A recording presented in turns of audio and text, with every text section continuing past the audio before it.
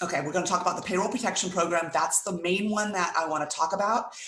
Everybody or most people on here are going to be S Corps, or you run payroll and you qualify for this. The purpose of this is to keep the economy going. So if any of you are out there and you're like, you know, maybe I'm not really affected, or I'm not affected yet, or you know, I don't want to go for any government assistance, this is not me. That is not something, I can't, it takes me off hold. Okay, wait 1 second here. I want to make sure everybody can see.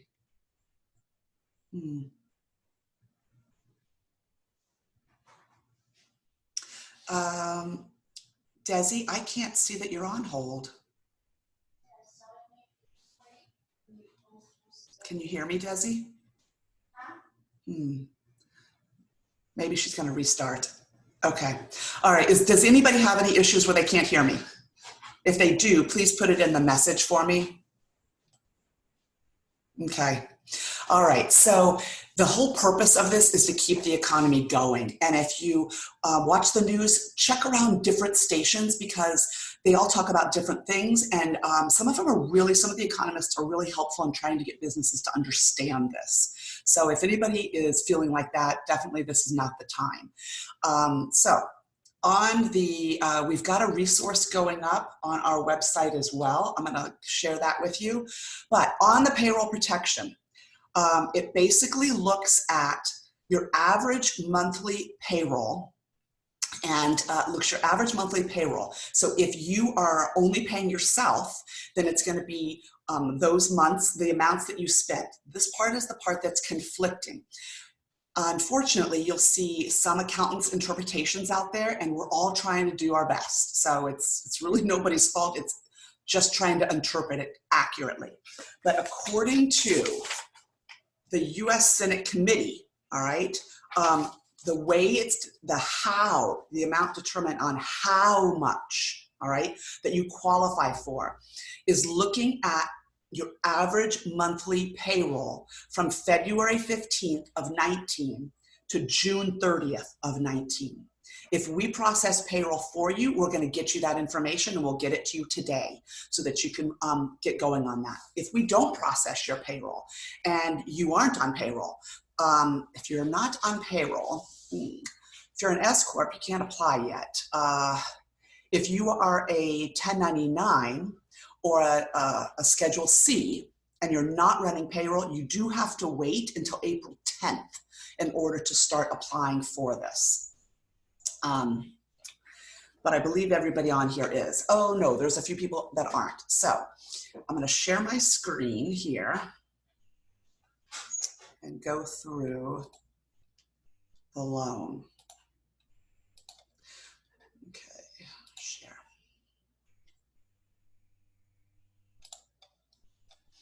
Okay, so there's some great information. I would go first.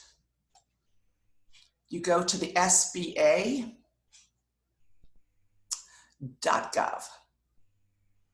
right here. Okay, you go under funding programs for more information, and then coronavirus relief options. And then once you go there, that's where you, if you have not done the economic injury disaster loan for the 10K, you can do it there. I'm not sure how many people watched the video from last night. Then for going for your 7A SBA loan for the Paycheck Protection Program, you can reach out to a bank that is SBA approved. Okay. The one that I have got some clients that have been using them is, let me see here, it was, you know what, are they on here? If I've got the client on here, I'm going to ask them who it was really quick. But some of the bigger banks are not stepping up to the plate yet. I heard something about Chase Bank or more, JP Morgan not having it ready yet. I don't know if that's true or not, but I did hear that. Okay, let me find the name of this bank. Angela, I think you said it was Fountainhead Yes, or thank Fountain. you. Thank you, thank you, thank you. Okay, it was Fountainhead CC. I'm sure there's others. I just know that I've got a couple of clients. I found it unusual that a couple had been using that, and that's what they're working with. So definitely look at that one. All right, I'm going to stop sharing now. Okay, so the key things to keep in mind is if you qualify. All the businesses that I invited do qualify. You have less than 500 employees. You I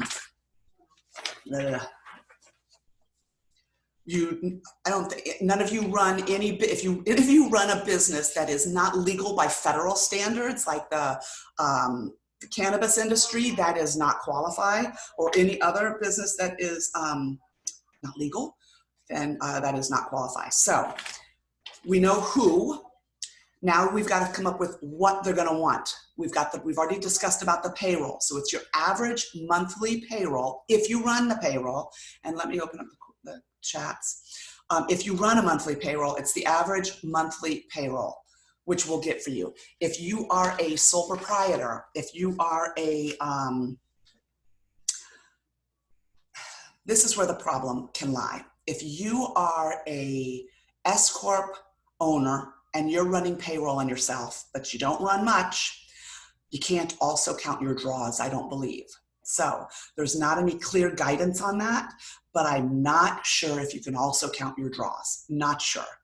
Also, for some of you that may be highly compensated, I know there's some few on here that are running payroll above 100K.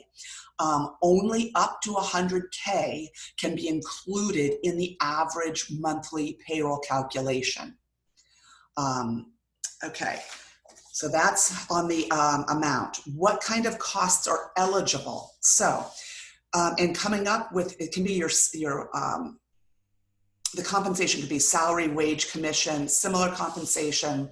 If you pay somebody, let's say you've got somebody that helps you, it's an assistant, and they're not on payroll, but you pay them regularly and ongoing, then that person would be considered part of your payroll calculation, okay? So, but they have to be US based. So let's say you're a realtor or you're a business coach, and you have somebody that comes in and assists you, and you pay them $1,000 a month, and they work for 20 hours a week, then that person is considered a half of a full-time equivalent person. So when they're going to also ask how many employees you have at that point in time. So if you truly have employees, that's an easy number to come up with. If it's just you and let's say I'm a realtor, a business coach, service provider, and it's just me, but I have an offshore person that helps me. I've got an assistant here that helps me, and I pay the person either hourly or a fixed rate. It depends on that hourly or fixed rate amount, if that is the equivalent of a part-time or full-time work. So then let's say you've got 2 assistants that you pay and it's not full-time and yourself, then you would say you have 2 full-time equivalent employees. Okay, any questions on that?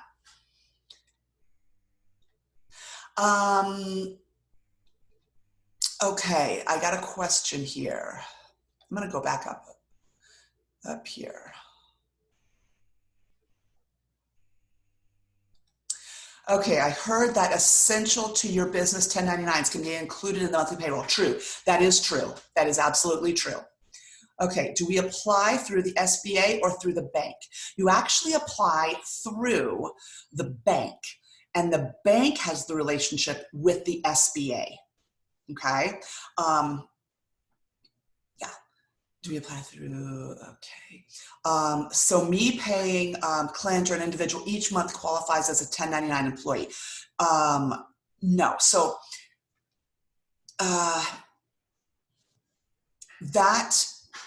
no, that's not an assistant, unfortunately. That's more, so let's say you have hired a business coach. You have hired somebody who is helping you. No, that is somebody that is a vendor so much and not an employee. It's got to be somebody whose actions you control, whose actions you tell them what to do to help your business. Does that make sense? If anybody has any questions on that, let me know. Okay, what about my SEO agency who is paid the same each month and has replaced a full-time employee? Okay, somewhat. Ugh. That one's tricky because that falls within, that's tricky. I would think if it's an agency, which means it's another full-blown business, no, it doesn't qualify. If it's an individual, that if it's an individual, then yes, or yeah, but not a business itself. Again, and everything is in flux, so things can change. And if you hear something from one person and something different, it's best to go to the source. So that's why I really always go to strictly to the SBA, the Department of the Treasury, or the US Senate. Go there first. Okay, so the bank has the application. Actually, no, the application, I'm going to put in the chat here a link to this application.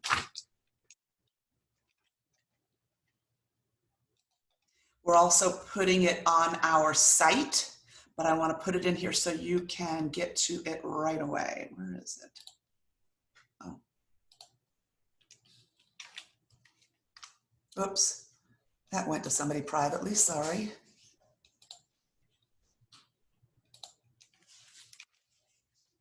There we go. If somebody wouldn't mind clicking on it, just to make sure it works, that'd be great. Okay.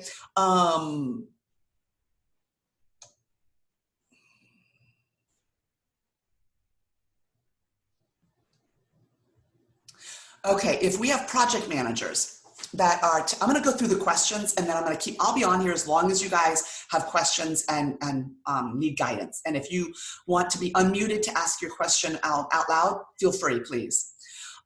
Just let me know in the chat. If we have project managers that are 1099 contractors, can we consider them an employee? They do work for us, they work full-time hours for us. Yes, you can, but let's be very clear. And the accounting nerd is coming out in me. The word 1099 contractor and employee, they are completely separate. They don't mean anything whatsoever that's the same. So try and not confuse them. Don't say 1099 employee or W-2 contractor. It's because I just want to make sure that you understand the difference. In this case, it's covering both. But if somebody is running through payroll and you are paying Social Security and Medicare on them, that is a W-2 employee. If you're not withholding anything from them and you're just paying them, that's a 1099 contractor. That's the main difference. But in this instance, it covers both. However, let me mention on that, in the application, it asks about the average monthly payroll. It also asks about the number of employees, and I think it's the number of employees as of, I think, January 31st. I'll check that, but it asks it and it gives you the date right there. If you overinflate that number and then you have less in the covered period. The covered period is considered the 8 weeks from the date of loan application. If you overestimate or you overput down those employees, that's why it's important to make sure you come up with the correct full-time equivalent. If they go down, then your loan will probably not be forgiven for that portion. The goal is to stay within the rules and parameters, get the funding from the government, and then you do not have to pay back the loan.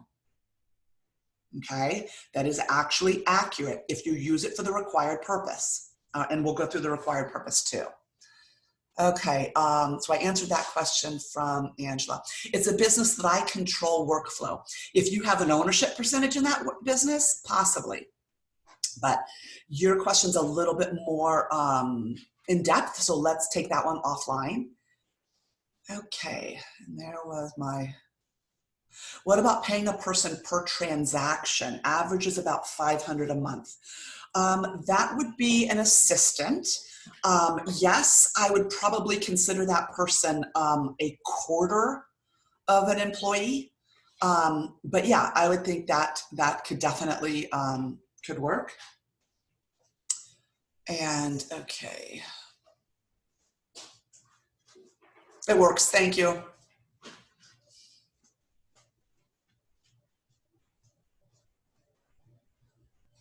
You didn't miss anything. I just unmuted everybody, Renee, and we all said hello. So you didn't really miss anything. Don't worry about it. I'll keep talking about a few things. Is there a list of banks that we can go to for the application process? And what info needs to be supplied? Okay, so the banks, I would just, you could start with the one that I mentioned. If you don't want to do that, just you can go to the SBA. It'll probably start to have banks that are listed there. Or you could Google it. Just be really, really careful because fraud is going to become rampant right now, which I'm sure you guys already know. You have to watch out for that. And what info needs to be supplied? I just shared the application. Take a look at that. It's pretty simple, and there are no personal guarantees. So just make sure that you are as truthful and as accurate as you possibly can be, because I'm sure that there's going to be a lot of fraud, and you want to make sure that you are up on the up and up. I checked it works. So EIDL app on the SBA Gov and under funding programs is filled out on that site, not the bank. That is correct. If you guys have not done that one yet, the EIDL, you can definitely check that one out. It is an economic injury disaster loan. It's also known as that quick cash for 10K. It is a way to get some infusion right now, especially if your current cash inflow has been impacted. However, if you go for the EIDL and then for the Paycheck Protection Program, any money that you get for the EIDL that is used for that covered period, which remember is the 8 weeks from the date of the loan application, you cannot use that. You cannot have the Paycheck Protection Program same income or same loan money, same loan money come in for the same expenses that you applied for the economic injury disaster loan for. So if you applied for that and you use that to cover your payroll, your rent, your utilities, and your insurances, if you use that, that first 10K, then the new money you get needs to be used for something else. This is going to become a time when you're going to need to be very meticulous with your records, because when you go to get this loan forgiven, and I'm gonna go over that, but when you go to get this loan forgiven, you're going to have to provide all of that documentation. Okay. Okay. So one of my 1099 contractors that works for me as an assistant for 10 hours per week would be covered. Yes, they would be. So if I run payroll for myself, but have 3 full-time W-9 contractors, it allows for both. Yes, it allows and qualifies for you and for them. So I'm super glad we didn't do anything too quickly. Yes, they qualify. Because remember, this is not the time to lay people off and put them onto unemployment. That is the whole goal for doing this Paycheck Protection Plan, is to keep your employees on payroll. And if you're a restaurant or you're a delivery place or you're at a business that has been completely shut down, which I know a few of you have been, you need to just keep them on, keep them paid, and you can have that money forgiven. All right.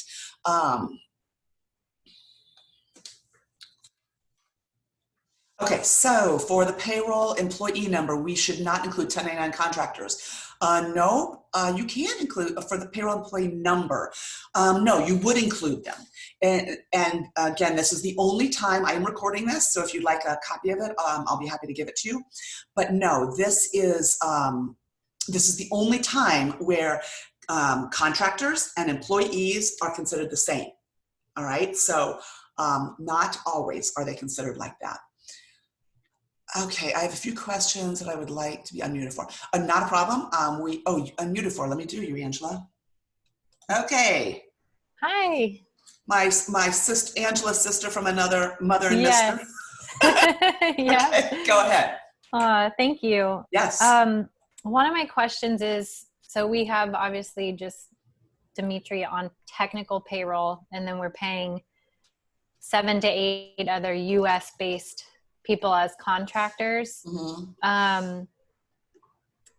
But we can count all of the pay, not just what we've paid through payroll technically, even though we're paying the contractors through PayPal. I don't know if that has an effect. It doesn't, but you're going to have to show proof of payment and that they're US based. Okay. Okay, so I've got non-US based. A lot of people on here have non-US based, and those people are not included. I apologize, but they're not included. Okay. And then the other thing is, if we apply for the EIDL and then we apply for this one, do you think that will affect our chances of getting approved on this one if we get approved for one other one? No, it's not that you won't get approved, because you will definitely you'll definitely be approved. Because they're not doing any personal guarantees. They're not doing any background checks. They're not doing any, oh, you owe back taxes, because I know that's a concern for some people that might owe a lot in back taxes, and that's not the case. And yeah, it's not the case. So I would suggest that in your instance, it's going to be the payments to the contractors, never reimbursements, okay? It is for their labor and time only. Okay. And then for the paycheck. However, I don't have a definitive answer at all, I apologize, on the draws. So let's say a business owner's got their paycheck, they get their normal payroll, and then, you know, as a business owner, we take a draw. I'm not positive. I think it might count up to 100K, but I'm not positive right now. Okay. And we can only log up to 100K. Is that within a year period? Yes. So okay. It's a 100K annual. So then, for instance, in coming up with the 2.5 times the monthly payroll, you would then take your 100K divided by, assuming it was 100K even, 100K divided by 12 times 2.5.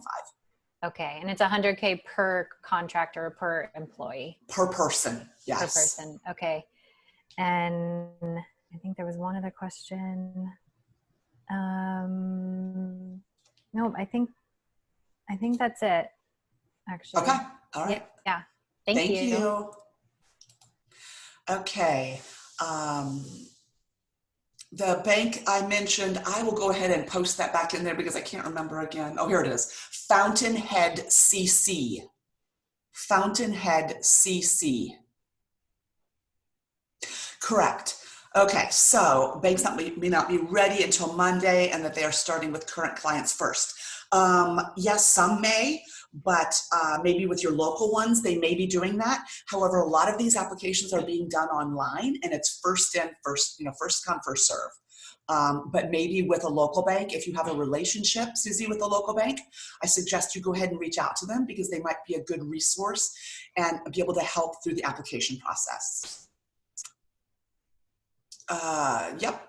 It is Fountainhead CC. If I have 4 employees, can I lay one off and hire a new one? Yes, you can. They're not looking at who. Okay, so if you've got, and I'm just joking, I'm just going to make a joke, okay? But if you've got somebody you're looking to get rid of and you want somebody new, now's your time, okay? But yeah, it doesn't count on the person, on who it is. It counts on that you still are maintaining the workforce, okay? And let's think about this.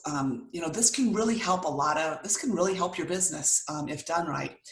Okay, how about the regular SBA loan amount? And this was sent privately, I apologize. But I think I saw a form on form number 5. I'm not really, honestly, concentrating on anything right now other than the emergency relief. So if it's a general SBA loan type of question, I'm gonna just direct you to the SBA, I apologize. Do I need to pay employees 40 hours per week if they have 40? I'm not really sure what that question means, because yeah, you always want to pay them. Hang on, I want to correct that question. It's if they don't have if they don't have 40 hours a week and they come in at 32. No, right, so that's a great question. If they don't have 40, you don't have to pay them 40, you can pay them at 32. However, if you are paid, so I've been going through the questions, but I also really want to cover some really good meat. So I'm going to use this as a time to do that. All right. So let me see here. Because of the money, now I need to tell you what you can use it for. So what you can use it for is payroll costs, obviously, contractors. You can, I want to read it specifically, okay? You can use it for payroll costs, including benefits. So if you are, if you're doing health insurance, don't let those lapse. Keep that payment going, because you can use this loan, which will eventually be a forgiven loan / grant, can be utilized for your health benefits as well. Interest on mortgage obligations. Now, I don't believe this qualifies for your house. If you have a home office, I would think the smallest amount it would qualify would be your business portion of it. And honestly, I think that's too much of a hairy mess to get into, because I don't interpret that that's what they meant.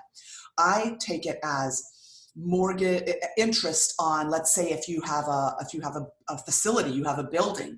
I've got people here online that do. So your mortgage, not your principal, but the mortgage interest can be included in that. So can also interest from other loans and that were incurred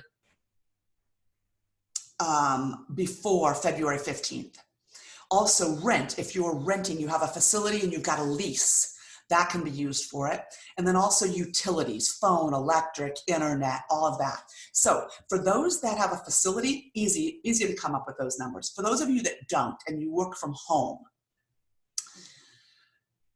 I'm hoping there's going to be some more guidance on this, because I would think that maybe a portion of the home office somehow, but I would say it's probably going to be able to, the money can only be used mainly for your payroll, your benefits, and your utilities, like your phone, internet, and things like that. So, all right, then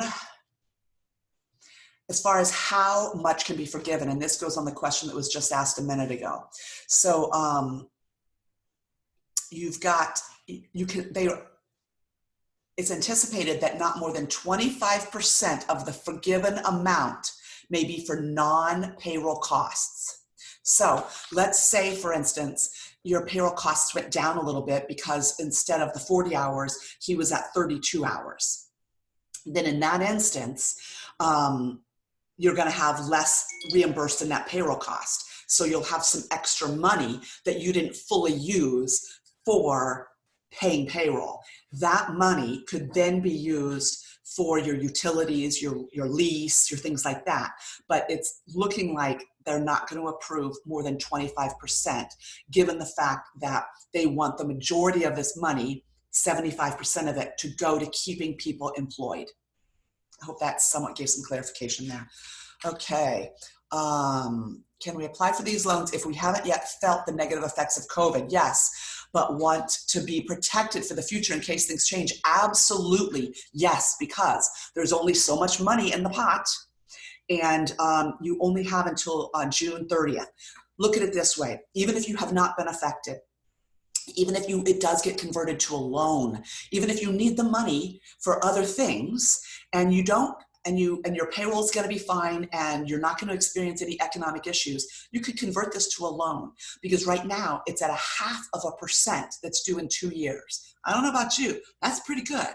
So you could get the loan and use it for other purposes, but then it's not forgiven. So I would say, while it's easy to get the loan, I would recommend getting it.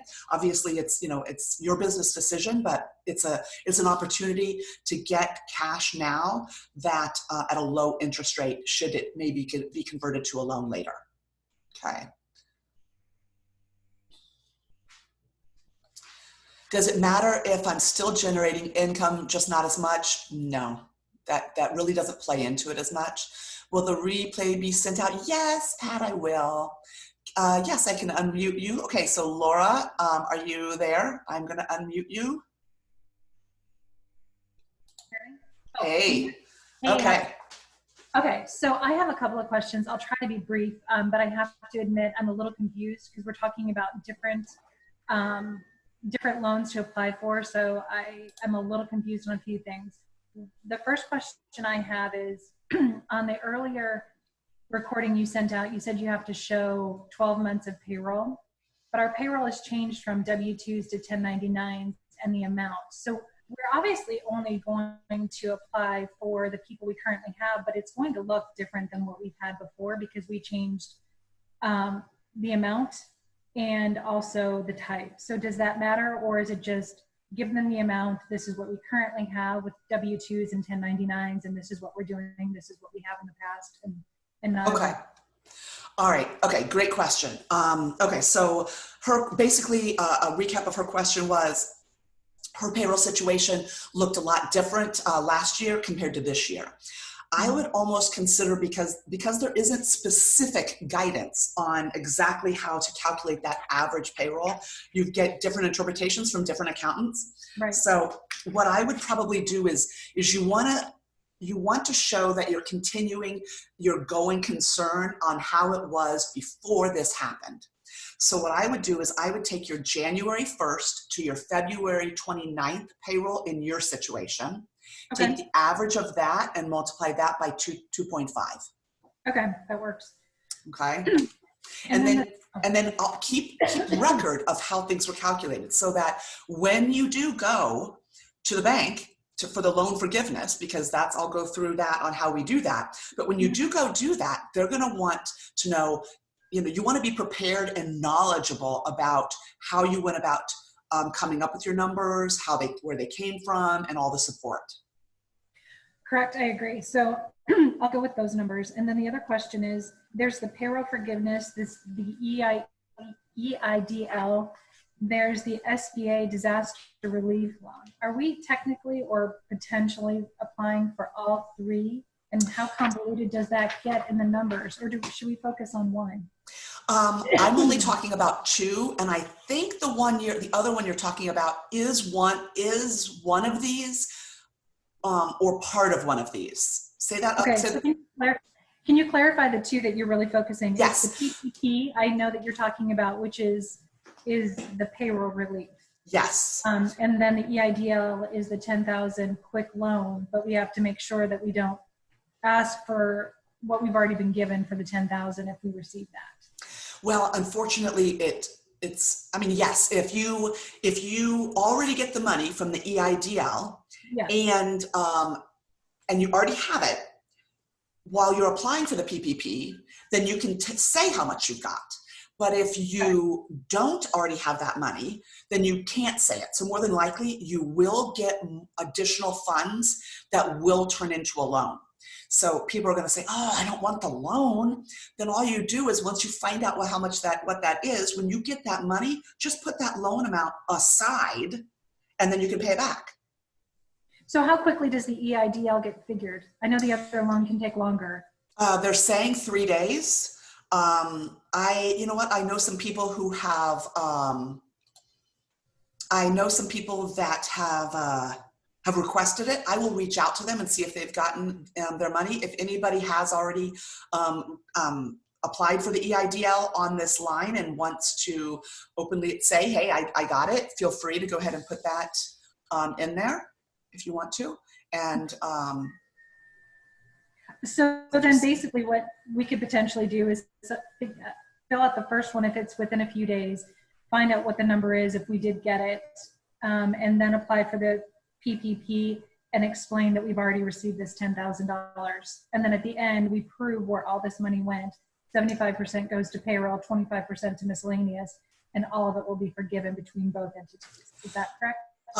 Yes and no. Okay.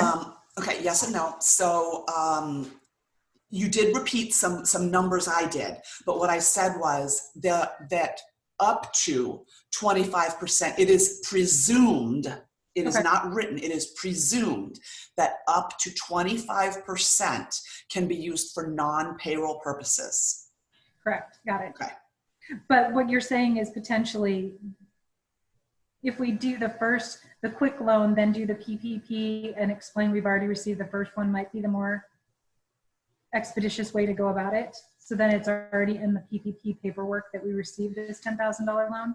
You could. It's really just a matter of your choice. If you're like adamant on making sure you do not want to double dip and have a potential loan, then wait to get it.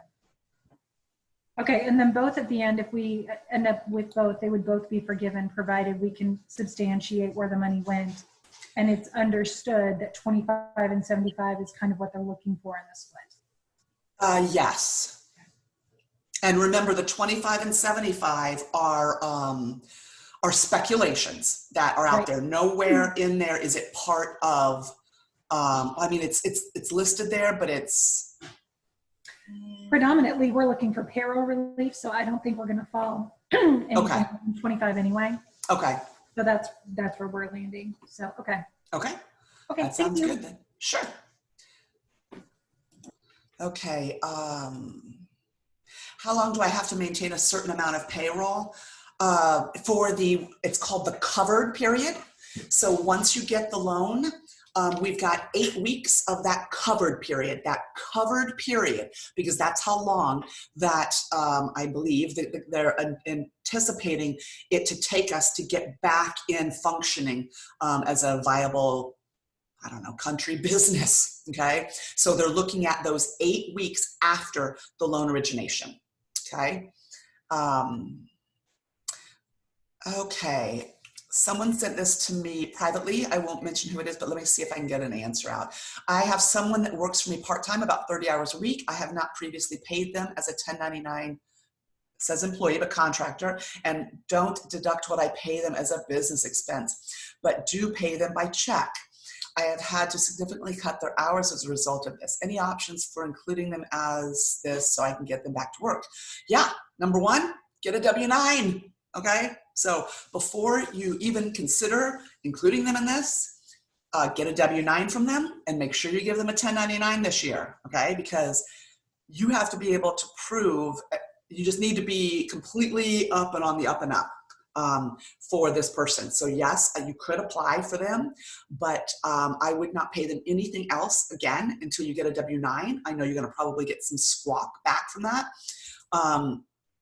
But this is to protect you, and the penalties outside of the fact that you're not giving them a 1099 are greater.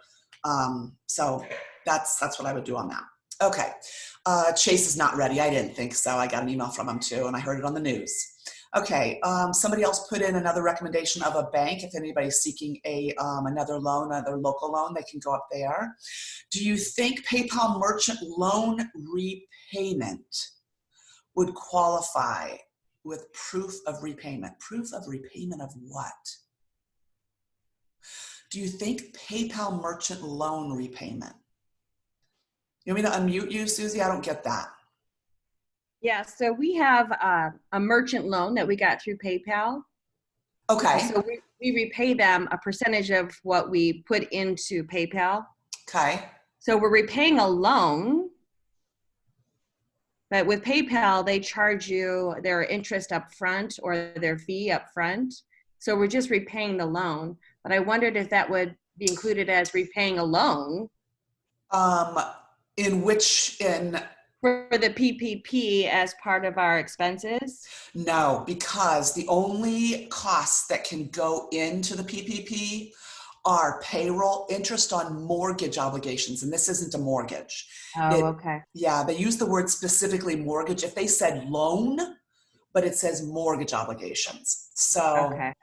Although I'll be honest with you, I saw loans somewhere, I really did, but Yeah. I'm not seeing it now. So that's why it's like, you got to be careful. All accountants, we're doing our best, and everybody's going to make mistakes because we're interpreting and looking at stuff. So that's why I'm strictly looking at the treasury.gov information here, and it says interest on mortgage obligations. Thank you so much. I appreciate that. Sorry. Yes. Okay, do we have to use the entire amount they give us? No, you don't. 2.5 months of pay within the 2.5 months. Basically, is there a time limit? Yes and no, because remember, the purpose of this is to keep people employed. So if they're giving you 2.5 times your average monthly payroll, and they're using the covered period of 8 weeks, also known as 2 months, right? Even though you got 2.5 months, then if you estimated accurately on how much you would need, then you should have spent at least the 2 months worth. And that's where they've got that 50%, the additional amount that could possibly be used for other operating costs. Okay, so you can't if you have other operating funds, they don't know that this dollar was used to pay this expense and that dollar was used to pay that expense, if that makes sense. So if you already have operating capital, then that doesn't really impact you. Okay, I don't pay myself a salary. I just do member draws. So how would I figure my salary? January to February, what? Okay, so you would be somebody that would fall within applying on the 10th. So not this week, it would be next week. For those people that don't commingle and take regular recurring draws, then this will be a simple thing for you to calculate. You just look at how much you have pulled out from your bank from January 1st to February 29th and take the average of that. Or if you have been in business longer and you feel last year is a little bit more representative, then you could take the average of all your draws or the average on your net profit. Well, wait a second. Yeah, the average net, your profit on your Schedule C. And again, nothing's been definitive on this for for solopreneurs or Schedule Cs. This is what we believe seems logical as far as what they would be looking at. The instant we get more clarification, and I think as those loans, people start to being available to apply those loans next week, I think more information will come out with that. All right. So I will, I'll probably do another one after probably later next week that will focus more in on the 1099 people, the Schedule C people, excuse me. Okay, if we do want to keep the additional money as a loan, how much is the interest, or is it depend on the applicant? No, it's not dependent. I think it goes to 4% afterwards. I've been reading 4%. I think it's 2. I've been reading 0.5%, 2%, and 4%. Okay, it's a 2-year loan. Okay, the interest rate is 0.5, so 0.5%, and it's due in 2 years. There's ways to refinance it, but the initial one is 2 years and 0.5%. Pretty darn good, even if it does get converted to a loan. Okay, I applied for the EID and have not received it yet. Okay, thank you. I applied Monday and have not received anything. I applied on Monday also.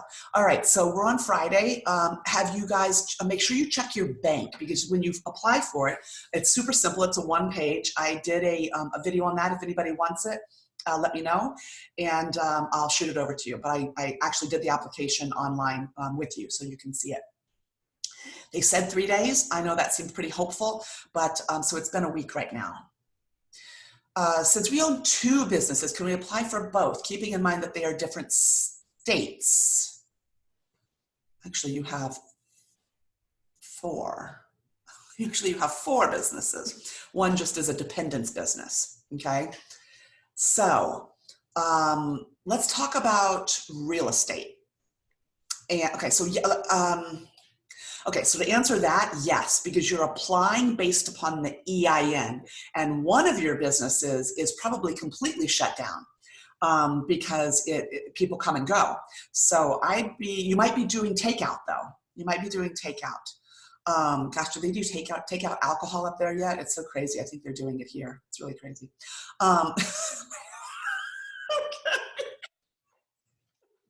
That has got to be a hoot. Okay, so yes, you can apply for all your businesses. Just make sure that your businesses don't commingle, and that that you're looking at the true payroll numbers and you're looking at the accurate numbers. But yes, now I want to talk about real estate here, because there is a specific. Wait, where is it? It's in, no, this goes with the EIDL, not the Paycheck Protection Program. This goes with the EIDL. The Economic Injury Disaster Loan. You can go for that under your EIN, and let's say you have rental properties, because they specifically outline and talk about rental properties. Let me try and find that. It's the EIDL rental. Because you can apply for that under your social. Because if you've had to, let's say you have an Airbnb, or you have a rental property and you've had to cancel the reservations, or people couldn't move in time, or they had to move out, or for any reasons like that, you can apply for that. I will find where the rental information is for people that are interested in that, because that's on the EIDL, and I hate to digress, but you can apply for that. Also for that fourth business that you have, Kirsten, which is your daughter's, she could also be impacted because she's not able to work on people or go into where she, I'm trying not to share everybody's information, but try not to go in. So she might qualify as well, especially since she's an adult.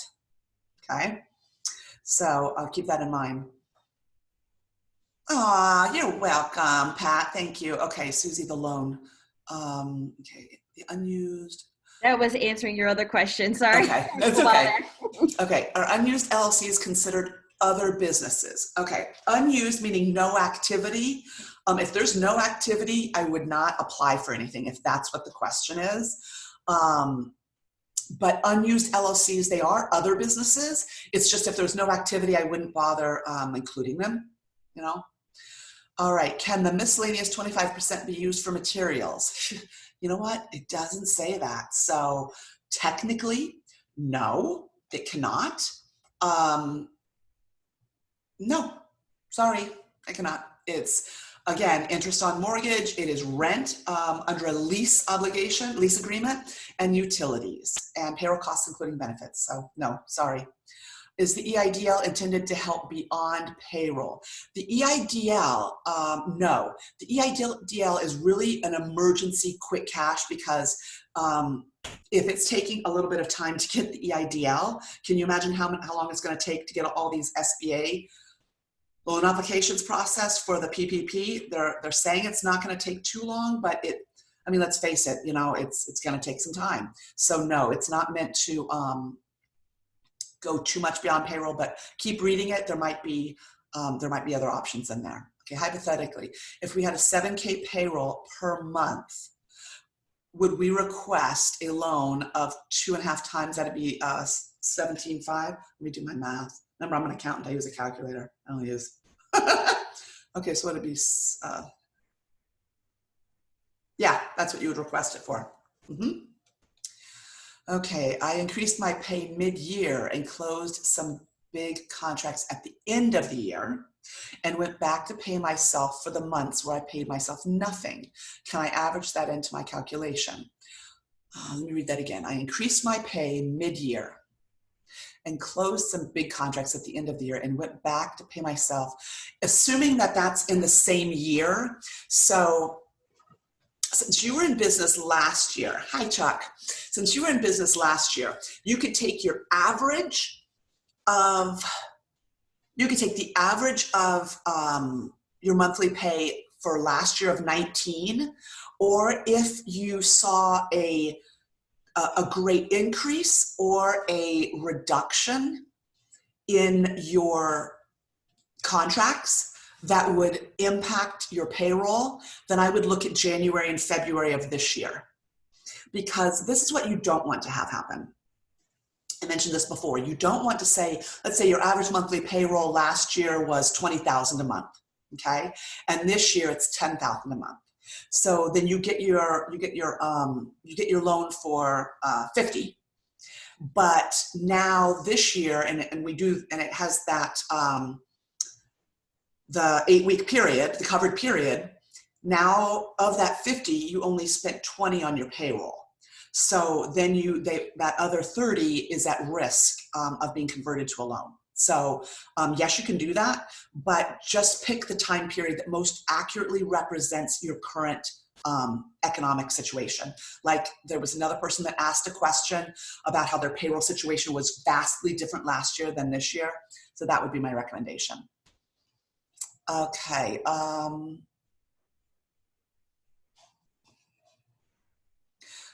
Okay. All right. I'll just send it to everybody. I would like the video where you filled out an app online. If it does not apply to me as a sole member using a skill agency, then no. Okay, I think it would be beneficial. Okay.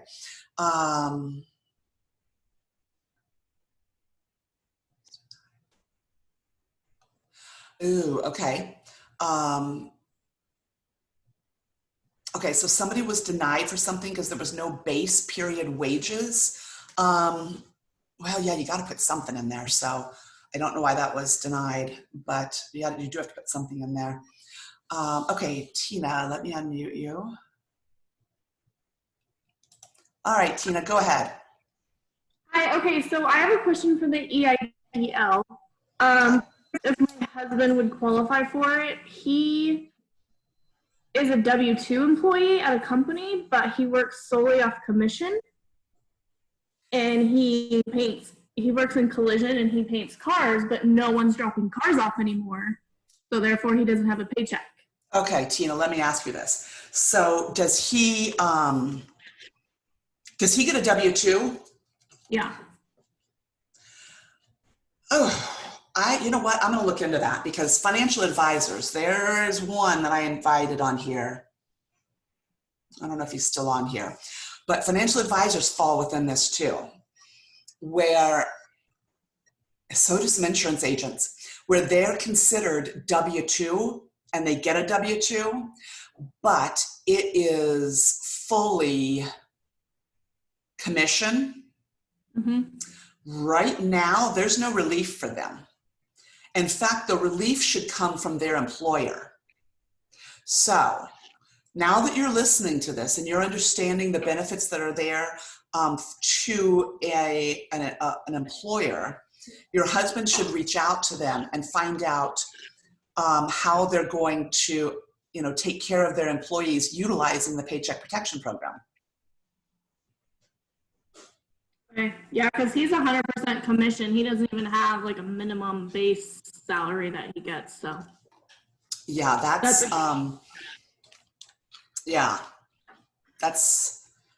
I would have him speak to his employer because unfortunately there isn't really any provision in there right now for that. okay. So, yeah. He does have an LLC with his own business on the side. So I didn't know if we could. How much money does he, ballpark, how much does he gross? Oh God, I don't even know. 5K, 10K, 100K? Probably like 40,000. Okay, then he could at least go for the economic injury disaster loan. He could at least go for the EIDL. Okay. And I'm assuming he files a Schedule C and it's, okay. Then he could at least go for that. I probably wouldn't recommend the Paycheck Protection Program. No, I don't feel like we. Yeah, you wouldn't. Okay. Okay, thank you. Sure, not a problem. Okay.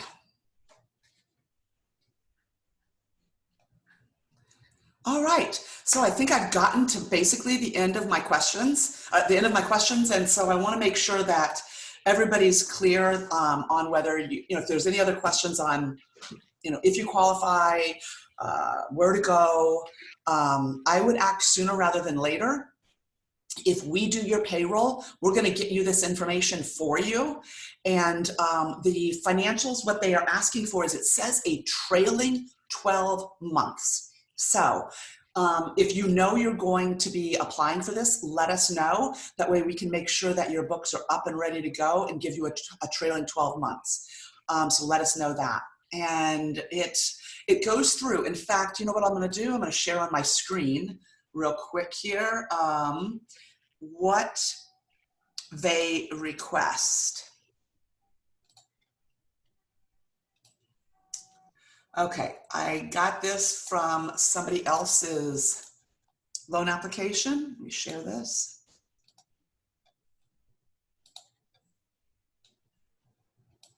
Okay, can you guys see my screen? Hopefully. All right. Okay, because on here, these are the items that are going to be requested from the SBA.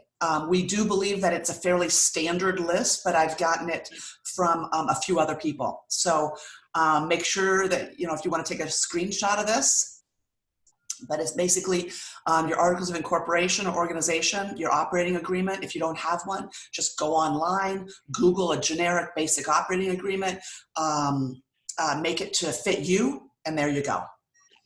A copy of all your driver's license, every owner's driver's license, and then these payroll forms here. Okay, so all of that. Okay, certification, that's what's important, that all employees live within the United States. They do have, if they do not provide a detailed explanation of the corresponding salaries outside the United States, which tells me that maybe they'll consider that, but everywhere in the Treasury Department and every place else, I saw it was very clear that it did not include outside of the US. And then here it states the trailing 12-month profit and loss as of the date of application. So, you know, let me know if you need that. And then the most recent mortgage or rent statement if you lease, and then utility bills. So, and it's going to want to show proof of payment and everything. So that's about it, guys. Anybody have any other questions? Let me see here. Oh, what is trailing 12 months? Okay, trailing 12 months is, so let's say you're applying today and it's April 3rd, then they're going to want, what is it? They're going to want April 1st of 19 through March 31st of 2020. Okay, so that's what they're going to want. And with this being a quarter end as well, for anybody that is a monthly client, we're going to make sure we get it done and out, and then we'll do our quarterly reviews a little bit as far as a little bit later, but we want to get you your numbers if you need that for the bank and for the loan right away. Okay. Oh yes, we'll just we're going to go ahead and get it for you. So if you're on here, we're just going to go ahead and provide that for you, or reach out and then just reply back to us and say you need it if you're one of our clients. So yeah. All right, guys, thank you. I will go ahead and I'm going to go ahead and send to everybody that was on here a copy of this, along with if you accepted the invite on the calendar invite. And then also the video and all the other resources. If you go to texanista.com/COVID-19, you should, we are updating it continuously, but there should be some information out there for you. So thank you, and I'll be doing some more, and I'll make sure to include you all. Thanks a lot. Bye-bye.